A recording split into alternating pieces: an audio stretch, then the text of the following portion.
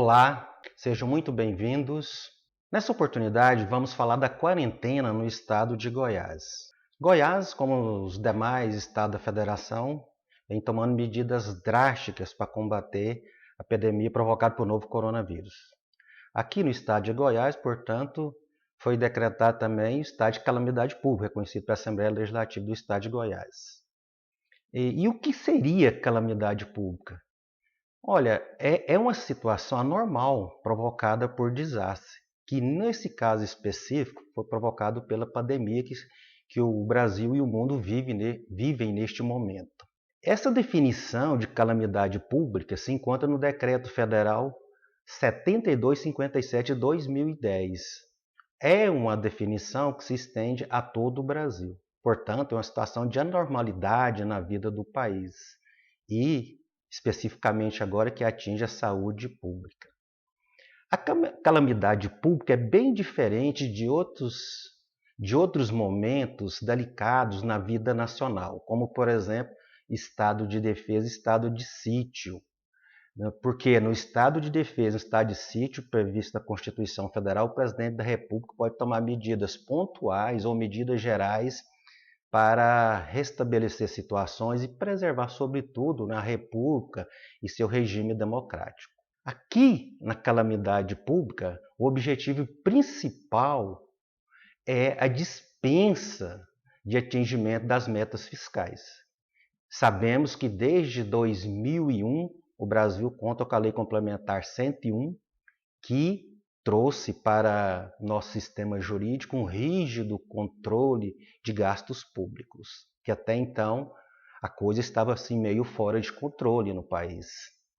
E a calamidade pública é uma exceção ao cumprimento das metas fiscais. Portanto, quando o Brasil reconheceu calamidade pública, agora o estado de Goiás e também o município de Goiânia, pelos seus respectivos parlamentos, esses entes estão dispensados de cumprir as metas fiscais, pelo menos até o final de 2020. E aqui no estado de Goiás, atualmente está em vigor o decreto 9653 de 19 de abril deste ano, 2020. Havia um decreto anterior que foi substituído por este, de 19 de abril de 2020. A situação de calamidade pública aqui em Goiás vem se arrastando há 2 meses, com a situação muito delicada do comércio, da indústria e do setor de prestação de serviço. Uma das primeiras discussões que se colocam, por exemplo, na ordem do dia, é se um decreto que mexe com a vida das pessoas físicas, das pessoas jurídicas, poderia fazê-lo validamente. Porque nós sabemos que para cercear, para que o poder público exerça o seu poder de polícia, a gente precisa de lei aprovada pelo parlamento. Em Goiás nós temos o decreto, como já disse, 9653, que estendeu por mais 150 dias o prazo de isolamento aqui no estado. Esse decreto poderia fazê-lo? A priori, penso que sim, porque o Brasil vive uma situação de excepcionalidade, assim como o mundo, a terra toda vive neste momento. E também existe uma lei federal que dispõe sobre as medidas que podem ser tomadas para combater a pandemia que assola o país. Além disso, a Assembleia Legislativa aqui do estado de Goiás aprovou também um decreto legislativo, reconhecendo a calamidade pública. Então, a gente parte da premissa que o decreto 9653 seja constitucional, mas tudo sobre possibilidade de discussão judicial. Então, com esse decreto, ficou mantido o lockdown, ou seja, permanecem suspensas as atividades econômicas aqui no estado de Goiás, que é uma medida muito dura para o setor empresarial e para os trabalhadores que dependem de seus empregos para sobreviver. Todavia, existem algumas exceções que o governo do estado arrola como estando fora do isolamento, com mais ou menos restrições, como, por exemplo, o setor de farmácias, clínica de vacinação, cemitérios, serviços funerários, vendedores de gás, postos de combustível, supermercados e congêneres. Claro que, se tratando de supermercado e congêneres, fica vedado o consumo de gêneros alimentícios no local de aquisição. As empresas de transporte coletivo também estão autorizadas a operar aqui no estado de Goiás, com a restrição protocolar de que não se pode transportar passageiro de pé. Portanto, só podem as empresas de transporte coletivo transportar passageiros sentados, de acordo com a sua capacidade de lotação. Empresas de saneamento, de energia elétrica, telecomunicações também estão autorizadas a funcionar. O que esse decreto trouxe de novo e que foi, sim, um atendimento aos reclamos empresariais foi a volta do funcionamento do comércio, mas com restrições, porque o governo goiano permite que o comércio funcione, mas desde que seja mediante entrega ou drive-thru, ou seja, por delivery e drive-thru. Aqui em Goiânia, os shops já voltaram a operar, mas obedecendo essas duas premissas. Atendimento, né, só por delivery e drive-thru. Já é um alento, é um começo de liberação das atividades, mas, segundo alguns, não atenderia os reclamos do setor empresarial. Não obstante a situação delicada que os goianos e os goianienses vivem também neste momento. A autorização de funcionamento aqui no estado de Goiás é, por assim dizer, precária, porque o decreto que eu me referi antes permitiu, né, a retomada de algumas atividades e impôs como condição uma consulta a cada 2 dias ao sítio do governo goiano, que é o www.go.gov.br,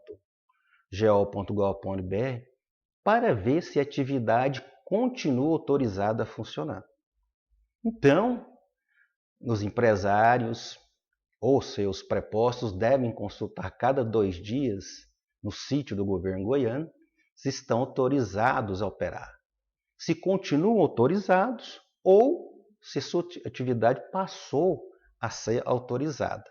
E deve, né, imprimir essa autorização precária do poder público e afixar em lugar visível para que o público tome conhecimento. O interessante é que para cada setor, para cada atividade, sobretudo de acordo com o Código CNAE das atividades empresariais, há protocolos gerais a serem seguidos e protocolos específicos. As normas gerais são do decreto 9653, e acessando o sítio lá do governo, a gente descobre pelo CNPJ da empresa, que é um serviço muito útil para os empreendedores, quais são os protocolos que devem ser seguidos.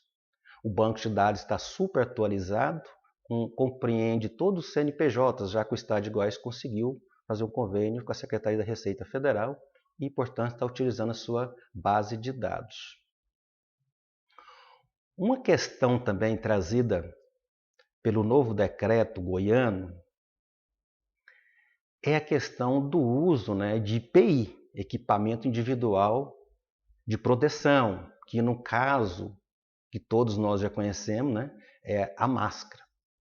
E aqui em Goiás, então, a população toda está obrigada, quando houver necessidade de sair de casa, a utilizar máscaras de proteção facial, e feitas de acordo com a orientação do Ministério da Saúde.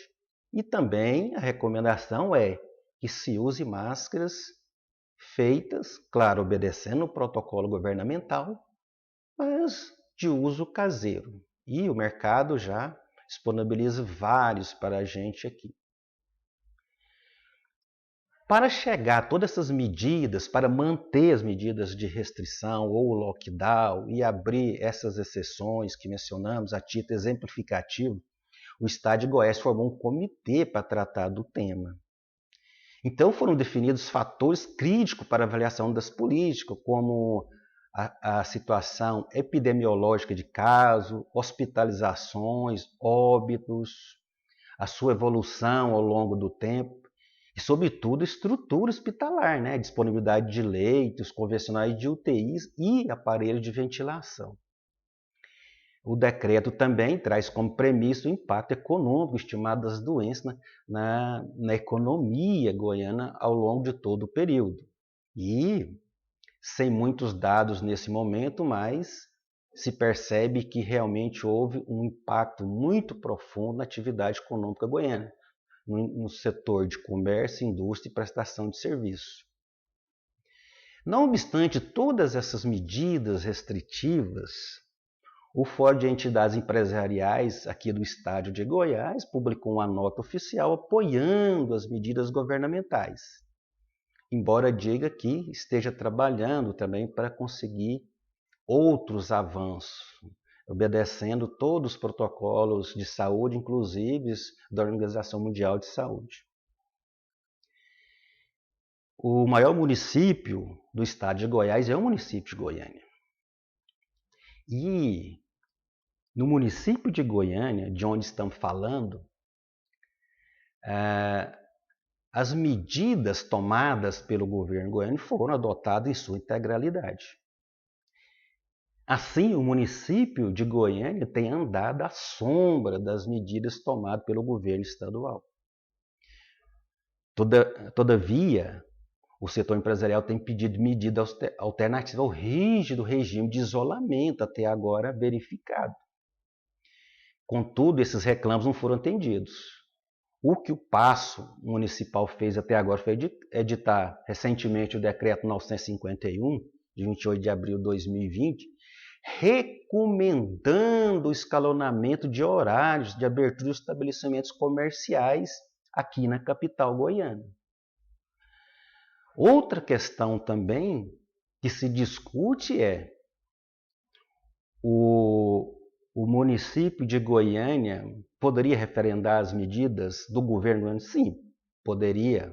Nada de inconstitucional e ilegal nos parece nesse sentido.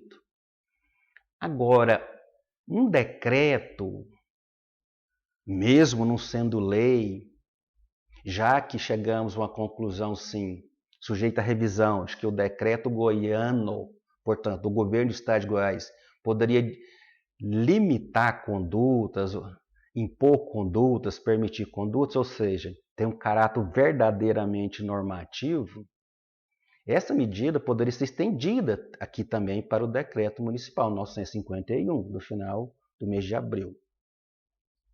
Contudo, esse decreto se limita a recomendar o escalonamento de horário de abertura dos estabelecimentos comerciais na capital goiana. Portanto, não é uma boa técnica legislativa. Se pode ver aí que o município